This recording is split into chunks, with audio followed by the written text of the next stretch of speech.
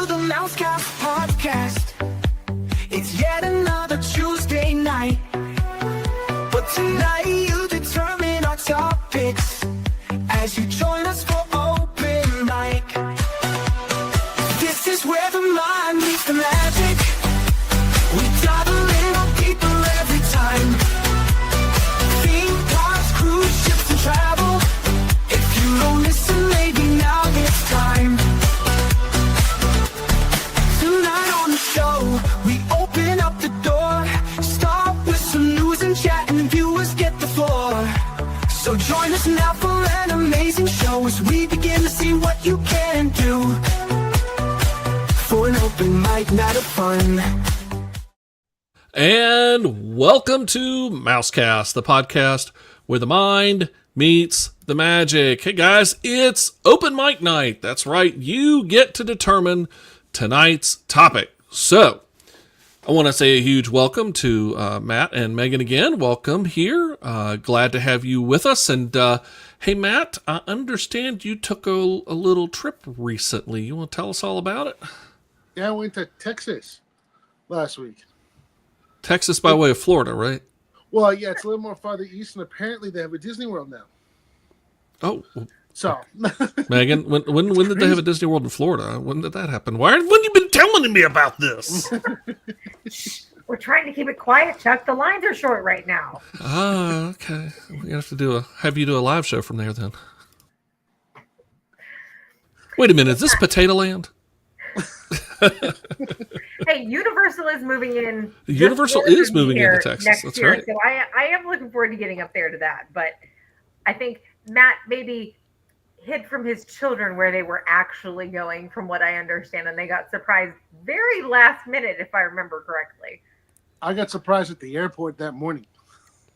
Ah, So, what my wife's doing. So I kind of had a hunch. So, but yeah, the whole plan since July has been we're going to Texas. So then I had to play dumb the entire plane ride, and yeah, it was fun.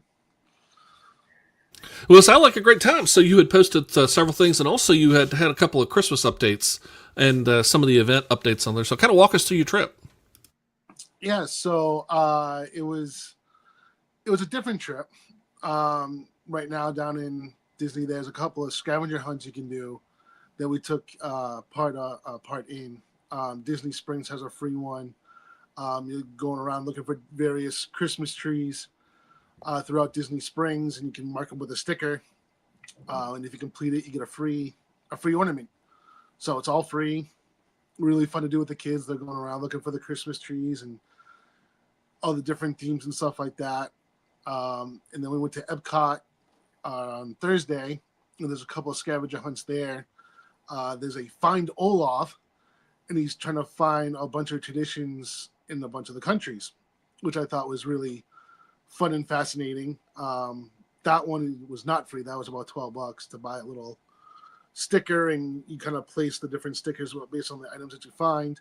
But at the end, you get a nice like plastic frozen plate. There's 3 different ones to choose from. And then there's also a cookie stroll, which you go around. I forget how many the different options there were, but if you get 5 stamps, you can go and collect a gift. It's a Christmas like spatula, basically, in a free tube of M&M minis. So that one we found a little underwhelming because each cookie was about $5 a piece, give or take. So you're basically spending $25-$30 for a spatula.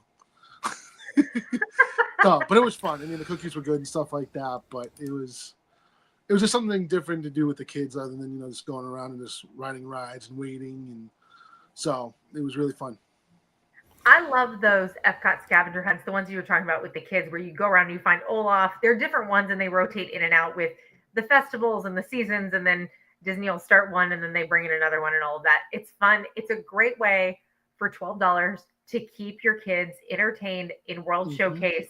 Maybe while you're doing some of your shopping, you're grabbing food at some of those kiosks. I absolutely love. And actually, my husband and I have done them on our adults only trips, and they're just fun. It's just something fun to do that, is a little bit different. And it actually I've found some things and I've seen things in the countries that I had never seen before, or it had been a really long time, because you end up going back into some of the nooks and crannies that you don't normally. First of all, you can't see them from the main walkway in a lot of places, and things you just don't usually pay attention to. So they're a lot of fun, a lot of fun. Yeah, they've been enjoyable, and it's one more piece that adds interactivity to Epcot, and this is something that Epcot has had for quite a while. And of course, we're going all the way back to some of the interactive scavenger hunts that they have done, things like Perry the Platypus, all the way back to the Kim Possible. And remember the old days you used to go get your cell phone, the little flip phone that you had to check in and check out. And all that. So, now you can still do that, by the way. I mean, you go into download the Play Disney app, there is still it's now themed to DuckTales, but you still have some of those interactive adventures you can do. But now having the holiday versions really does make it a lot of fun. Now, I understand that there was another one that you said that was down at Disney Springs. Yeah, that was the Christmas tree one that we did. We got the ornament and stuff like that. So that one was completely free. There's a couple of locations you can grab a map and just start walking around. So that one was really fun, especially at night. It was fun to take pictures with it. The one at Disney Springs, is it just in the marketplace side, or does it send you down towards the west end as well? The entire. Ooh, nice. All of Disney Springs. So we went down from Early Sandwich all the way down. All the way down to Cirque du Soleil, then. Yep, exactly. So wow, that's a hike. It's literally most of it was more centrally located, but it was spread out. So it was fun.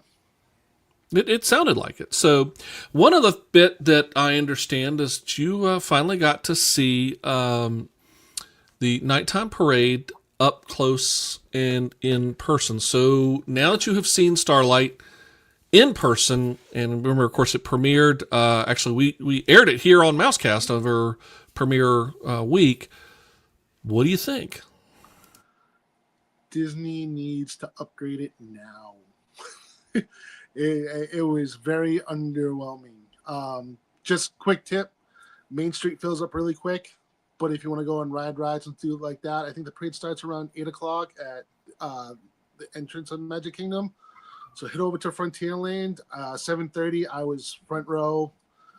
Not a lot of people waiting and stuff like that. I mean, eventually it does fill up.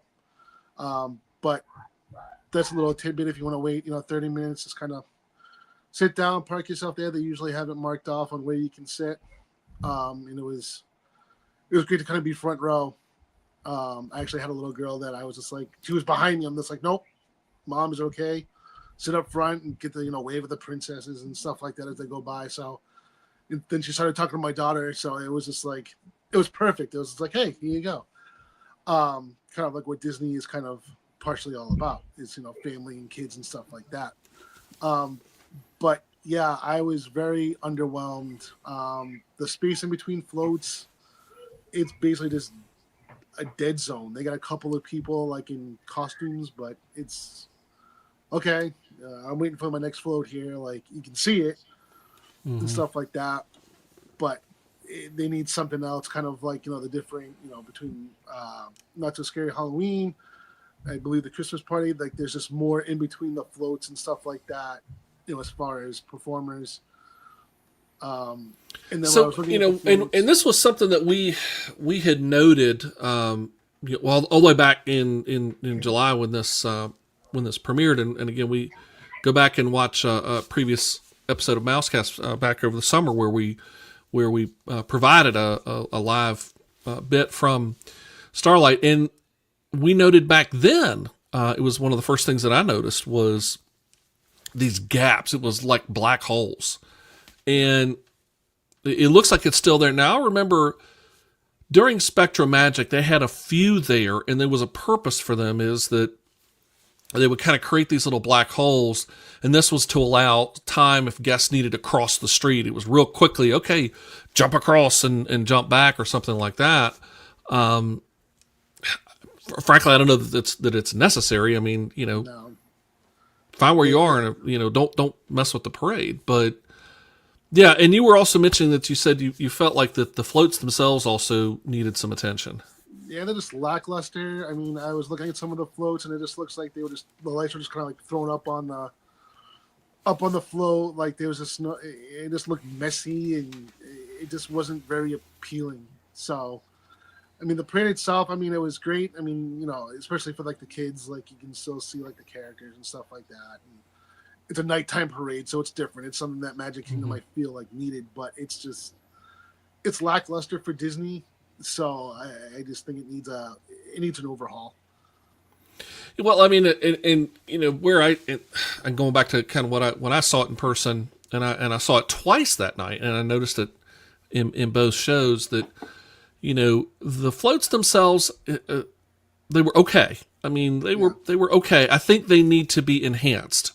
You know, I think, you know, maybe instead of necessarily a full overhaul, as Walt would say, it needs to be plussed and try to add some more to it. But I think you're right. They need to, and I go back to Main Street Electrical Parade. If you remember Main Street Electrical Parade, you had little bits in between the two that were lit up, and you didn't have so much of a dead zone in between, you know, the two floats. And I understand that I suspect they probably have to have some space for buffer because, you know, you have to have some room for the parade essentially to expand and contract as it's moving down through, you know, from Main Street all the way back to, you know, through Frontierland. But they do need something, you know, in the middle there to just kind of give, hey, here, keep my attention going, especially these days with everybody having, you know, needing only a whisker of a dead zone to be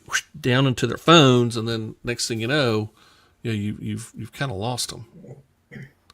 Yeah, I mean, to me, it just lends more like character interactions and stuff like that.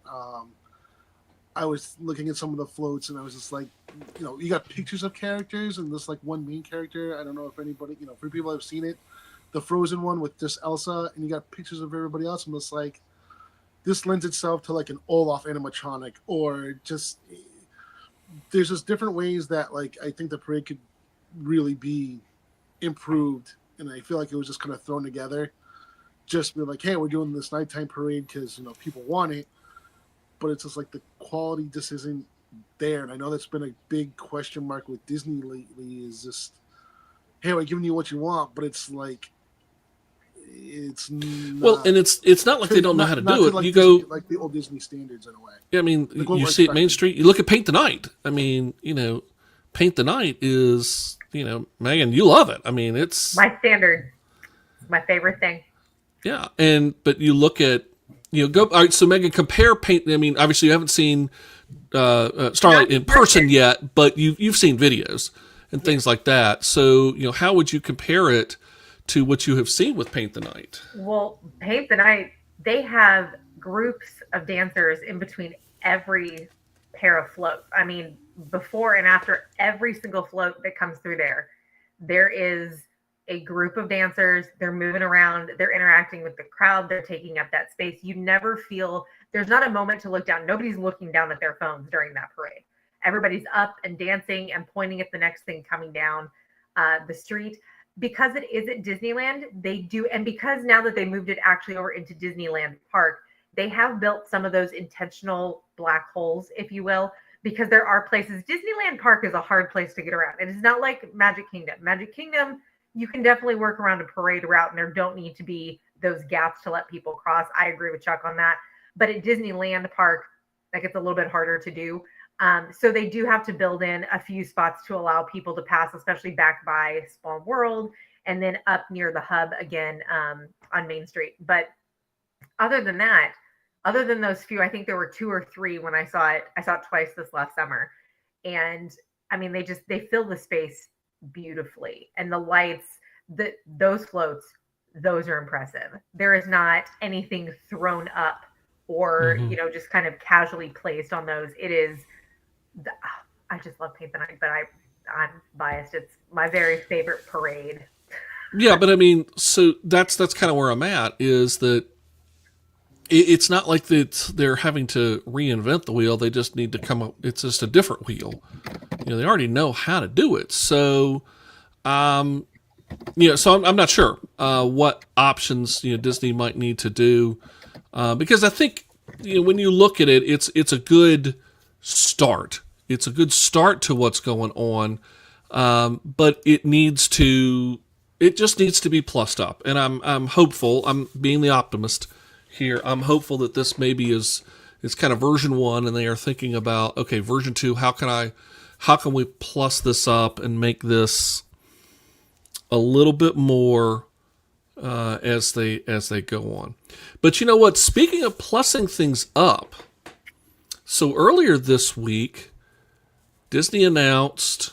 Well, actually, it was technically, I guess, last week, but Disney announced the slate of activities coming up for summer of 2027. I'll tell you what, guys. If you were going to think about when to go to Walt Disney World, summer 2027 might not be a bad time to do it. 27, 26. Or summer 26. I'm already thinking next year. It's already 2026 in my mind. Sorry, with 2025, it's so over. Yeah, 2025 was so last year. It's already done. I've already done the year in review. I'm done. 2025 is already done. No, I'm sorry. Summer of 2026. Yeah, you're right. So coming up in February, so the new Frozen Ever After animatronics for Anna and Elsa and Kristoff are coming. And, you know, it is interesting. We've talked about this in a previous show, that at the time these animatronics came out, hey, this was pretty cutting edge stuff. And it was I think a worthwhile attempt that they tried to do. Okay, I saw your face there, Megan. Megan's grimacing there for the folks on the podcast. And we have seen some of the rather odd things that have happened with Anna and Elsa and Kristoff, you know, especially when you try and capture it on stills and everything like that, green faces and all these other weird things that have happened. So they're now going to the new versions that have been seen, I think, in Hong Kong and in Tokyo. So that's coming in Feb of 2026. Coming up in spring of 2026, Buzz Lightyear is reopening with its whole new theme, all new ride vehicle, all new, you know, shooting system. It based on all descriptions, it looks like it's going to be much closer to Astro Blasters that is over in Disneyland. So that's coming up in the spring. Also, Big Thunder Mountain. You Big Thunder Mountain fans, the wildest ride in the wilderness is coming back in the spring. And so this is, Big Thunder's been down for a long refurb. One of the biggest things, as I understand, that they have been doing is working on the track. So hopefully it's going to be a much smoother track. Disney did a very similar refurb to Big Thunder over in Disneyland last year, 2 years ago, and supposedly it made a big difference. I've not been on Big Thunder since the refurb, but I've heard it made a big difference. It's great. That's because they've been closed, Chuck. No. I'm talking about in Disneyland. Disneyland's Big Thunder is one of my favorite rides. Disney World is painful. Well, it's just rough. Yeah. It's, man. Once you get to be, you know, up there, those of us who are over 40, it's hard to ride the one at Disney World right now. I can ride Disneyland's all day. They also have cushy seats on Disneyland's ride, and they don't have them at Disney World, so that always confuses me too. But. Yeah, that can also make a big difference. So, but then we get into the summer 2026 events and things that are happening. And I'm going to save what I think might be the biggest one to the end. We'll see if I think it's the biggest one or not. Soarin' Across America is coming, and we mentioned about this in previous shows about all the different, you know, possible locations.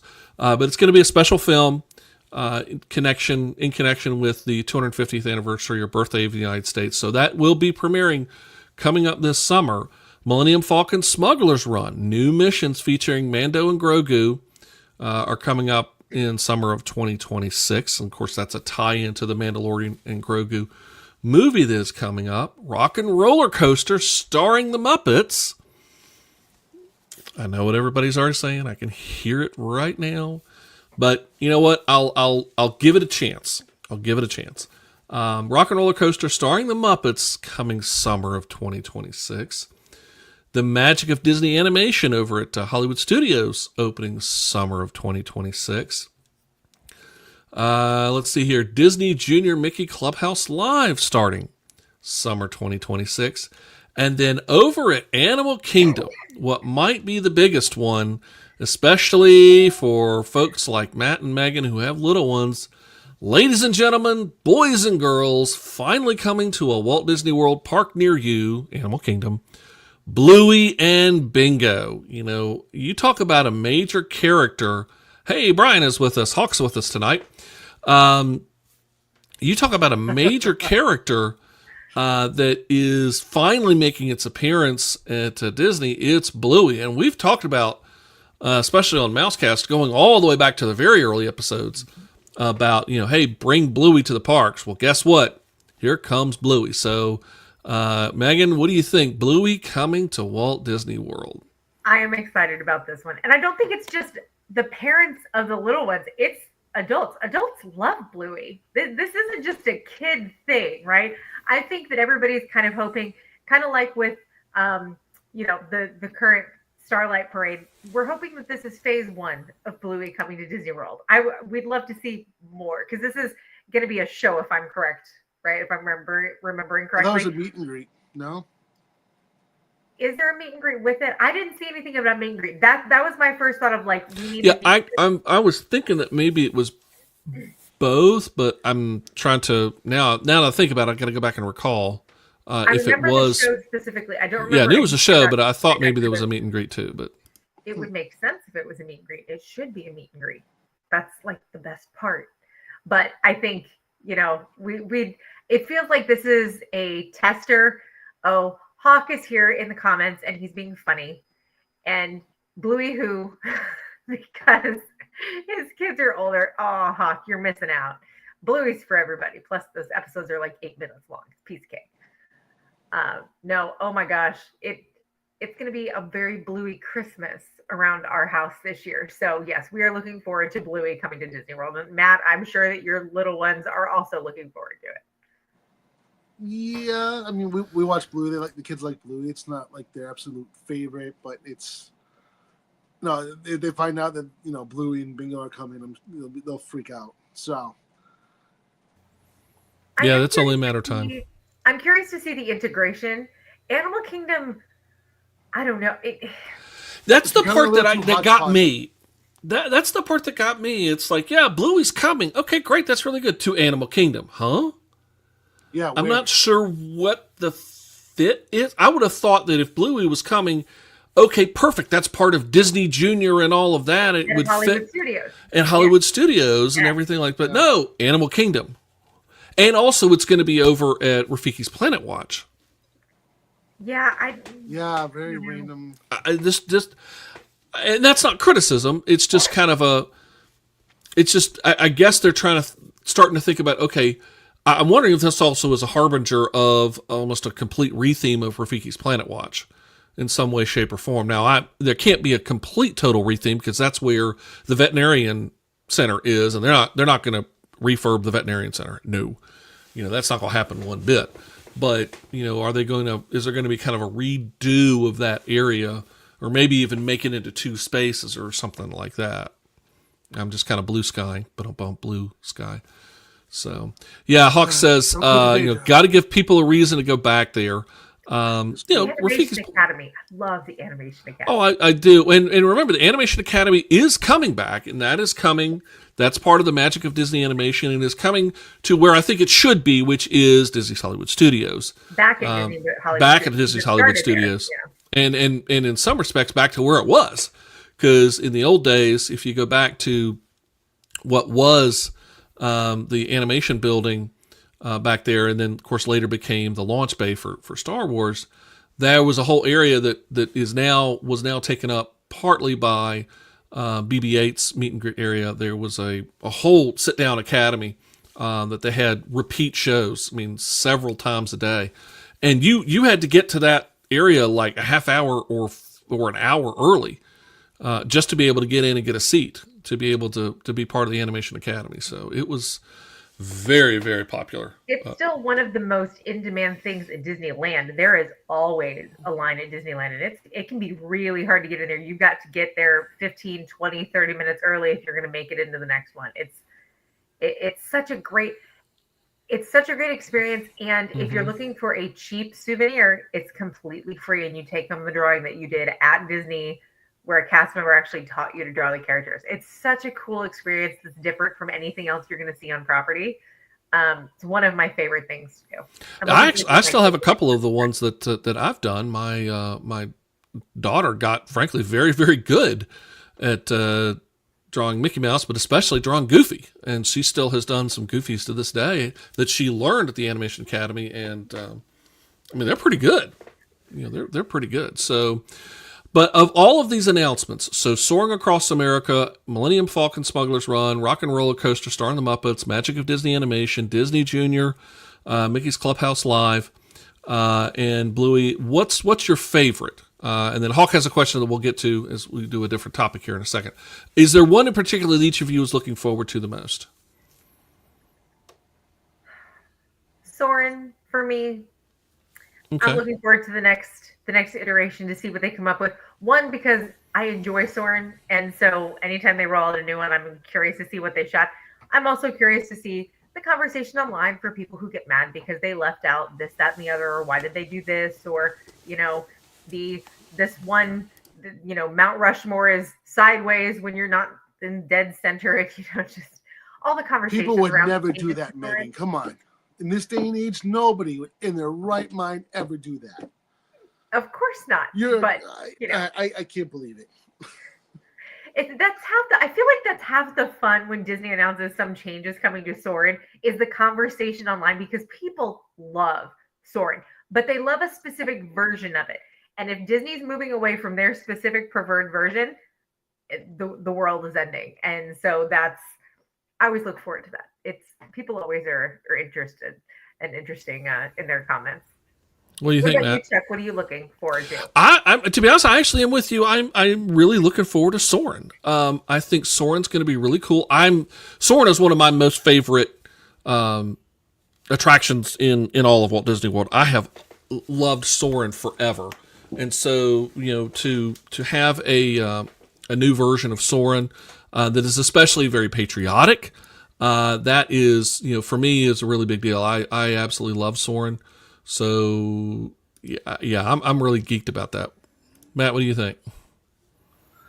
A new Smuggler's Run. I'm looking forward to, just to change it up. And we did this last trip, and I was like, yeah, same old. Like, it'd be nice to have like different variations, different types of runs, kind of like they do with Star Tours. Integrating that, I'm looking forward to. In this Hollywood, the upgrade to Hollywood Studios. I'm interested to see what they're going to do with that. I know Hawk had brought up a topic here, but it kind of got me thinking about Disney Junior and how it's not, when we talk about Bluey, and how I was thinking about like how Disney Junior it's not really represented in the parks very much. And this kind of like, how could Disney expand on that? But that's a whole nother, that's a different topic. And since it's open mic night, and we actually do have a question. So. Yes, we do. And so Hawk says, what is everyone's favorite Disney holiday tradition? And Matt, I'll let you start that one off. Your favorite Disney related holiday tradition. Man. I guess just watching various Disney movies. My son will watch Disney Christmas movies year round. Especially anything with Mickey Mouse in it right now.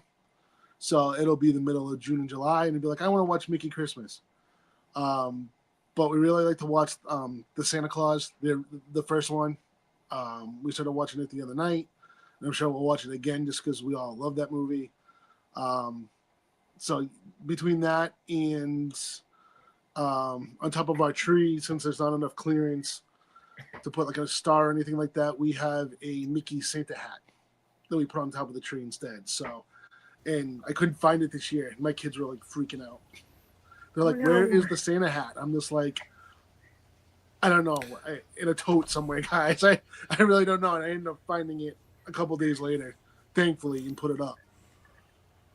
So yeah, this was one that this is part of our Disney traditions. And so, we do several trees every year. You can see, the one right behind here. This actually is a Disney tree as well. Actually, I'll pop this back out for a second.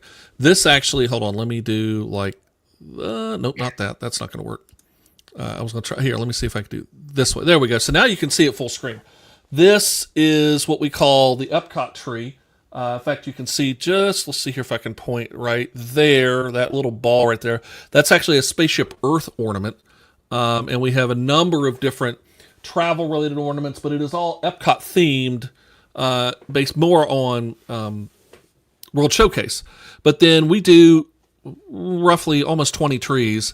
So we do a number of Disney trees. So this is like our standard Disney tree, that's kind of hodgepodge of Disney ornaments. Then the next one that we do is a little bit more. Let's see. Let's try this one. Then we do an Avengers tree. So that's all Avengers, and you have Mjolnir down below and the Gauntlet down below, and then let's see here. Then we also have the next one. We do several Disney trees. I'm kind of pulling off as quick as I can here. That is the Alice in Wonderland tree that we do as well. And so that one, yeah, and there's your hat right there. There's your hat. We're still trying to find the right Mad Hatter hat, to be honest. It's not exactly right. I would like it to be more. Frankly, we've threatened that we're going to go to Disney World and go find the Mad Hatter and go steal his hat off his head, because we're trying to find the true one, exactly like the cast one did. And then our better luck at Disneyland finding him, because he does walk around with Alice out in the park. That's where really? Okay. If I was going to steal his hat, I'd go to Disneyland. He walks around Disneyland Park every day. It was actually at Disney World when we went to Magic Kingdom. He was with Alice. Yeah, so they were both there. Well, that's cool. And then our final one, this is a Mickey Mouse tree, and it is only Mickey Mouse. So every ornament that you see here is only Mickey Mouse oriented. And of course, at the top, you will see that is actually an interactive mouse hat that we got at Disneyland that back when they first announced it with World of Color and things like that. So there are a couple more Disney trees we do, but those are kind of the four big ones. We also do a princess tree that's just a little slim tree and things like that. But we do a lot of Disney trees around our place. So what about you, Megan? I think my favorite one is we try, and granted, since COVID, it has been harder to do because not as many resorts have them. But every time we stay at a resort, we'll get an ornament from that resort. There aren't as many individual resort ornaments as there used to be, so it can be kind of hard to find them. But I always make sure that we do usually put the year on it. And then if we can't get the resort ornament, I'll try to, by the end of the trip, usually, inevitably, maybe this doesn't happen to y'all, but it happens to us. Every time we go on vacation, there is some story that becomes central to our trip that we come back with, and it lives on in family lore forever. And so I'll try to find something by the end of the trip that, speaks to the trip itself if I wasn't able to find that resort ornament. Oh, nice, Hawk. Excuse me. Hawk says his daughter was showcased on the Disney Parks Instagram for a Mad Hatter interaction. Yeah. Oh, sorry. I was muted, guys. I didn't realize I was muted. Sorry. Yeah. So that was really cool. And the fact that he, on the actual Instagram for Disney Parks, that's actually pretty cool. So yeah, there's a lot of Disney traditions. And so, Matt, you also talked about it. I have a number of different Disney movies that I like to watch at Christmas time. In fact, I have a whole long list. But if you could choose, and Hawk says this happened at Disneyland. Oh, that's cool. So, but if you had to choose only one, and I'll preface this by saying it's anyone that can be found on Disney Plus. So that opens up a lot of things now, folks, because like Die Hard, which is a Christmas movie, there's no discussing that. Die Hard is a Christmas movie. You can, that's actually on Disney Plus now through Hulu. But but if you're choosing one Megan Disney Christmas movie and you get one and only one, what are you doing? Home Alone's on Disney Plus now, isn't it? It is absolutely on Disney Plus. Yep. Home Alone 1, 2, 3, Home Alone 55. No. One and two are enough for me. I'm not interested in the rest of them. I'm with you. I stop it after 2. Yeah. Macaulay Culkin's gone. I'm not doing it. But Home Alone, definitely that is my pick. All righty. Matt? It's so tough. Um, I think if I had to pick one, it's the Muppet version of the Christmas Carol. Muppets Christmas Carol, really? Yeah, I can watch that Wow. time after time. I mean, Michael it's between that and the Caine. Santa Claus, like the first one. It's between those two, and I know everybody loves the Santa Claus, but I feel like the Muppets version of the Christmas Carol it's slightly underrated, and I just love Michael Caine in that movie. He played it so Michael well. Caine is such a wonderful actor, and he is great in that film.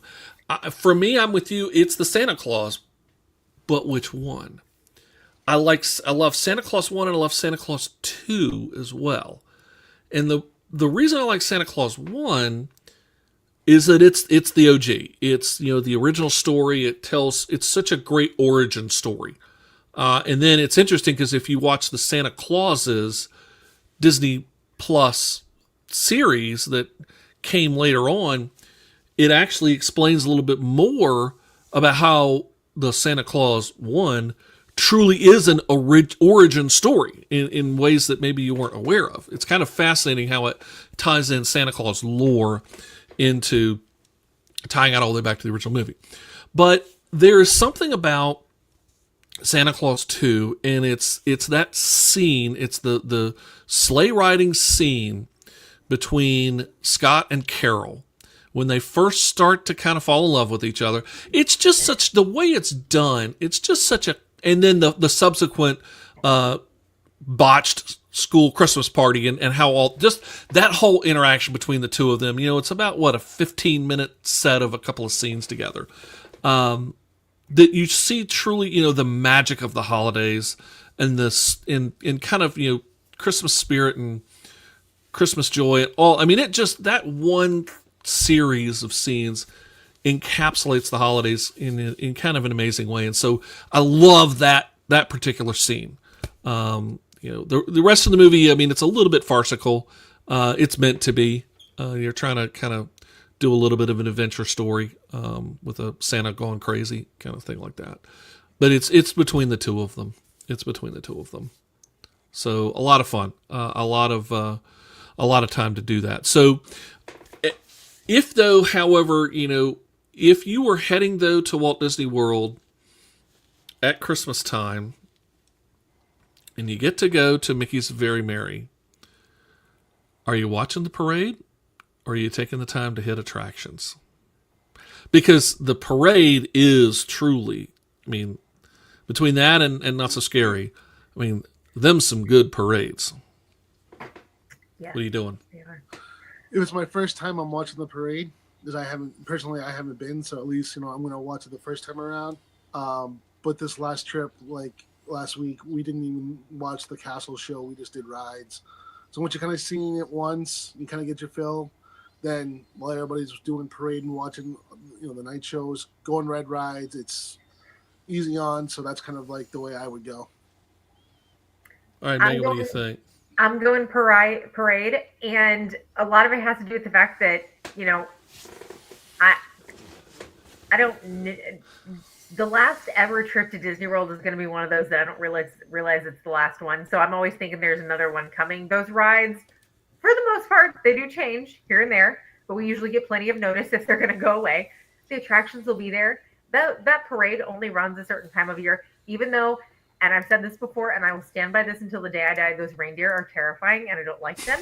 I prefer the Halloween party. I think the reindeer belong in the Halloween party. But I'm taking the parade. I love that parade. Yeah, see, I'm with you. I'm taking the parade too. I like the reindeer. I mean, come on, Megan. They're But crazy. okay. But there's two pieces to the parade that I think are really, really impressive, and I'll kind of do them from like number 2 to number 1. So the second most impressive are the gingerbread men. And what I find really cool about it, you got to pay close attention.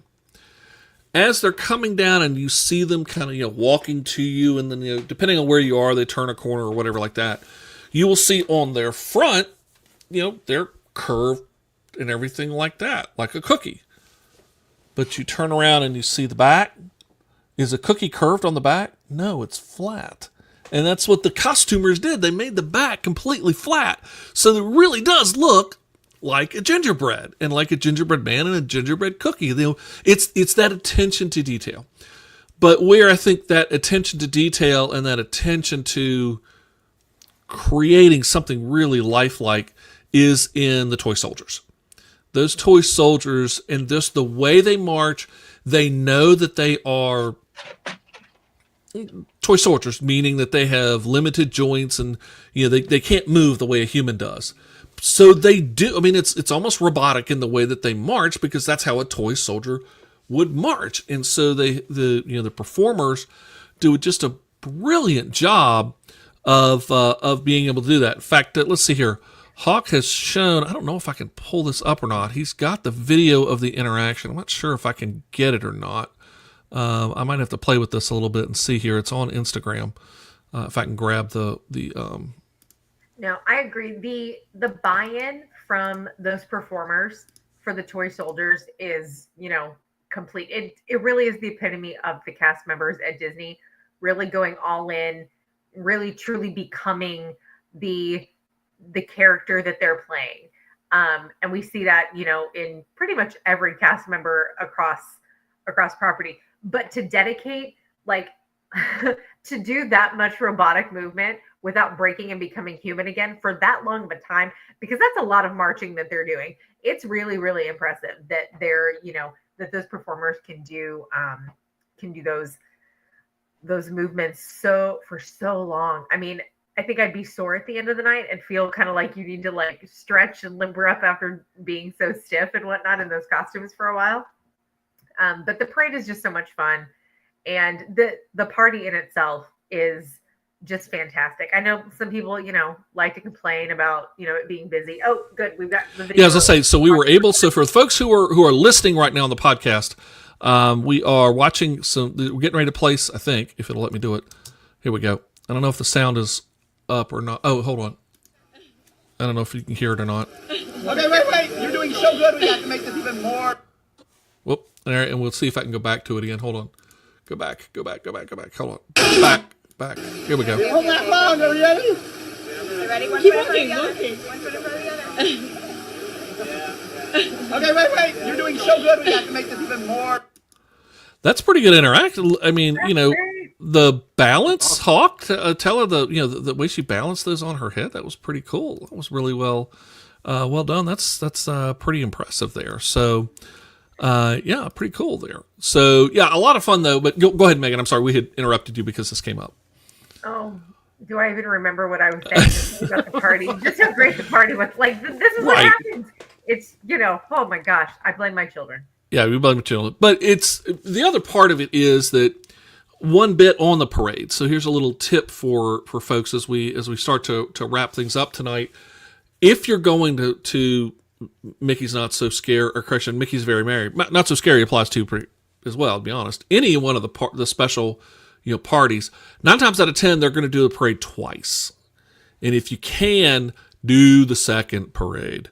Because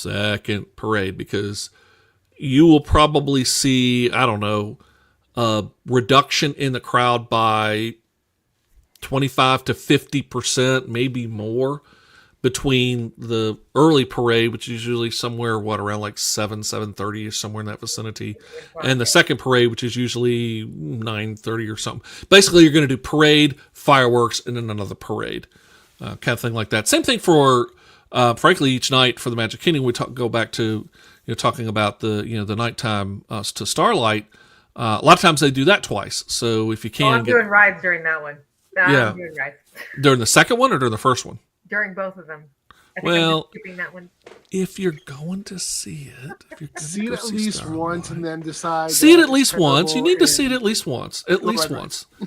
But then, yeah, you can. So, well, listen, hey, you know what? We have had a great open mic night tonight. We do this live every second Tuesday of the month here on Mousecast, and we encourage you to join us. So, coming up next week, Matt's musing. Maybe. Matt might be musing. We'll see what's going on, depending on how things go. There's a possibility we might have a canned show next week because there may be some schedule interactions. We'll let you know. So watch the Facebook page, and we'll let you know more about that. We want to say a huge thank you tonight Hawk, who joined us via chat, and of course, Matt and Megan. Thank you all both so much for being with us. Again, a reminder, we do this live every Tuesday night here on Mousecast. So join us here either on our Facebook page, join us over on YouTube. Remember, the final Tuesday of the month is open mic night. So we encourage you to join us. So until next time, this is Mousecast, the podcast where the mind meets the magic. Till next time, we'll see you. Thank you for listening to Mousecast. We appreciate the time you share with us. And tonight was a very fun show. And joining us is a must. This is where the mind meets the magic. We dive a little deeper every time. Theme parks, cruise ships, and travel.